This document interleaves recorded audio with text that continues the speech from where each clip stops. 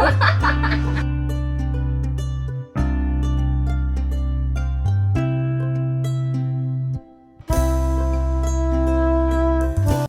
वालेकुम जी, कैसे हो आप सब। मैं भी अल्हम्दुलिल्लाह जी आप सबकी दुआओं से बिल्कुल ठीक हूँ। और ये व्लॉग है जी मेरा चांद रात से पहले का और चांद रात तक का व्लॉग है जो मैं आज आपके साथ शेयर कर रही हूँ। तो ईद से पहले व्लॉग इसलिए शेयर नहीं कर सकी, थोड़ा सा मूड नहीं था, दिल भी उदास था। और बस जब आपका मूड अच्छा नहीं होता तो आपको बोलना भी अच्छा नहीं लगता, किसी से बात करना भी अच्छा नहीं लगता। तो बस मेरे साथ भी 2 दिन यही कंडीशन रही। अच्छा जी, खैर किचन की क्लीनिंग मैंने कर ली और रात में मैंने जाना था अम्मी को लेके डॉक्टर पे, क्योंकि अम्मी जो हैं 3-4 दिन से अम्मी की तबीयत ठीक नहीं रही थी। जब मैं अम्मी की तरफ गई हुई थी तो फिर जब मैं आई हूँ तो फिर नेक्स्ट डे उनको हॉस्पिटल लेकर गई, इनका ट्रीटमेंट वगैरह करवाया और इनको जो है डेली ड्रिप और इंजेक्शन लगना था। तो फिर मतलब आज हमारा सेकंड डे था जो कि हम जा रहे थे। तो मैंने कहा चलें छोटा सा क्लिप यहाँ भी आपके साथ शेयर करती हूँ। और ये वो ज़ैफ़ा शॉप थी जो कि आपने अभी देखी, तो ये सैदपुर रोड पर है। और मैंने कहा चलें, अव्वल तो मैं फ़ोन बाहर लेके ही नहीं जाती क्योंकि मुझे अच्छा ही नहीं लगता। तो बस आज साथ था फ़ोन तो सोचा चलें वीडियो शूट थोड़ी सी कर लेती हूँ। और यहाँ पे बस अम्मी को जो है यहाँ पे ड्रिप लग चुकी है। तो अम्मी के साथ थोड़ा सा ये मसला हो गया कि इनके जो है पित्ते में स्टोन्स हो गए हैं, तो वो ऑपरेट होगा। तो ये बहुत ज़्यादा घबरा जाती हैं, बहुत टेंशन लेती हैं। तो बस दुआ कीजिएगा कि अल्लाह ताला इनको सेहत दे। तो जब एज ज़्यादा हो जाती है ना तो फिर इंसान वैसे भी वो डरा डरा रहता है कि पता नहीं क्या होगा, क्या करेंगे डॉक्टर, ये वो। और ये बहुत ज़्यादा जो है ना इस मामले में सेंसिटिव है।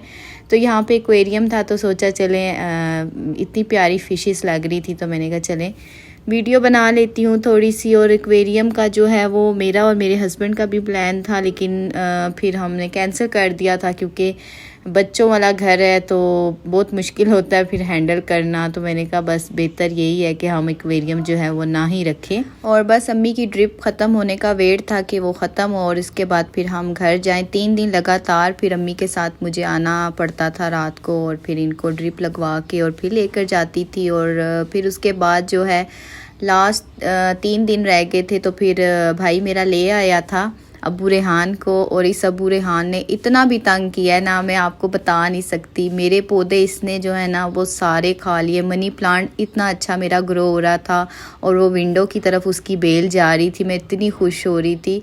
और सारा आते साथ इसने पहले वो मनी प्लांट खाया, फिर उसने सिंगोनियम का प्लांट खा लिया। और मैं इतनी ज़्यादा उदास ना, मेरे सर में दर्द शुरू हो गया जैसे ही, क्योंकि इतनी केयर करनी पड़ती है। आपको पता है जो प्लांट्स लवर है उनको पता है कि एक एक जब लीव निकलता है तो आपको कितनी खुशी होती है।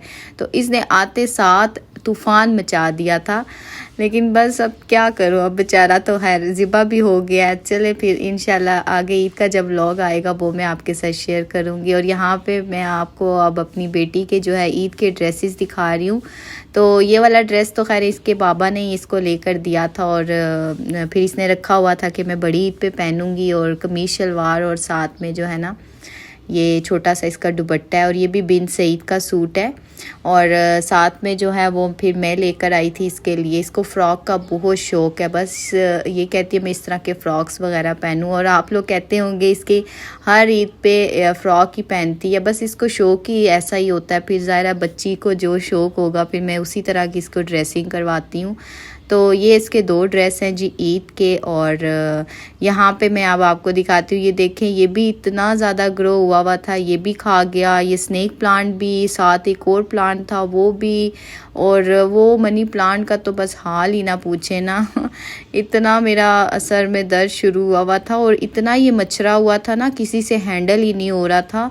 क्योंकि वहाँ खुली जगह से ये जब आया है ना, यहाँ पे पूरे मोहल्ले के बच्चे इकट्ठे हो गए, बड़ा शोर शराबा था, तो वो एकदम से ना घबरा सा गया, तो काबू ही नहीं आ रहा था। और फिर साथ ही जो है ईद से पहले की जो तैयारियां होती हैं, कपड़े वॉश करवा रही थी, साथ में फ्रिज भी साफ़ कर रही थी, बहुत ज़्यादा गंदा हुआ था फ्रिज। तो फ्रीज़र तो खैर बंद ही रहता है, वो तो बड़ी जब आती है तभी उसको ऑन करती हूँ, क्योंकि इस तरह यूज़ में आता नहीं है तो फिर फजूल चलाने का कोई फ़ायदा नहीं है।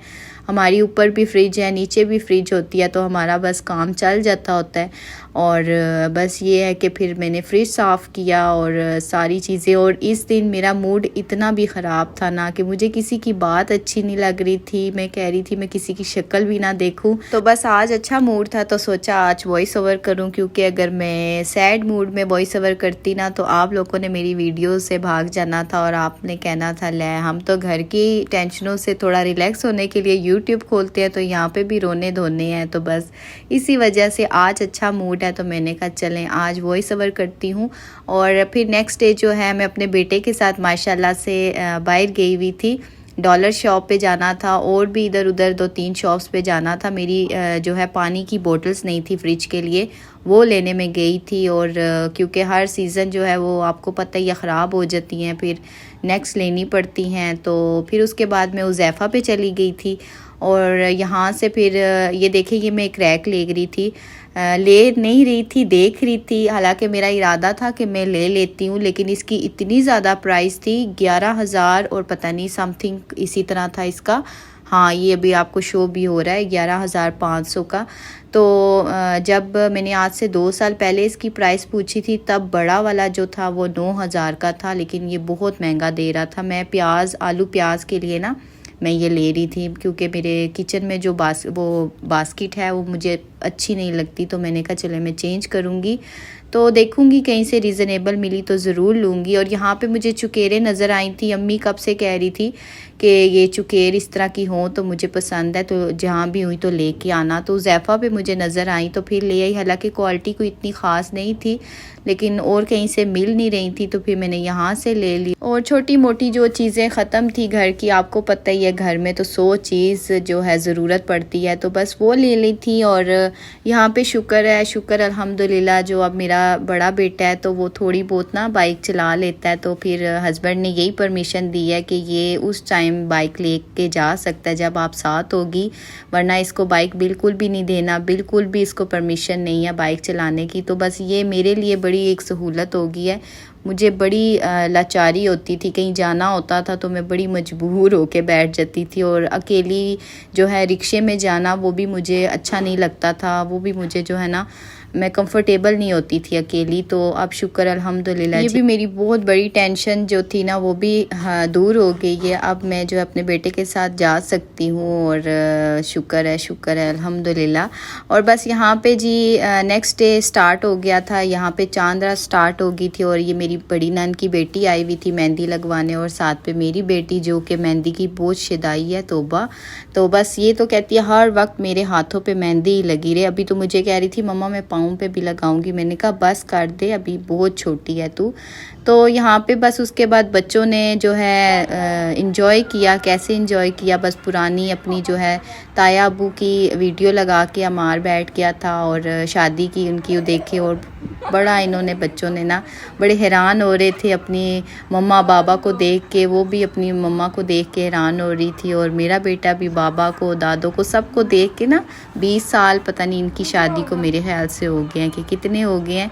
तो यहाँ पे वो देख रहे थे बच्चे। और बस यहीं तक था जी मेरा आज का व्लॉग, लेकिन वीडियो अभी ख़त्म नहीं हुई है, वो आगे आप देखें तो वो ओरिजिनल वॉइस आप सुने। तो अपना ख्याल रखिएगा, दुआओं में याद रखिएगा। अल्लाह हाफिज़।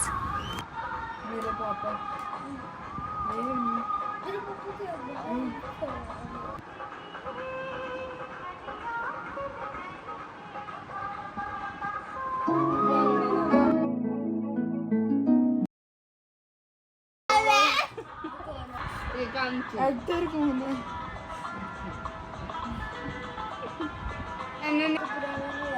कोई एक्टर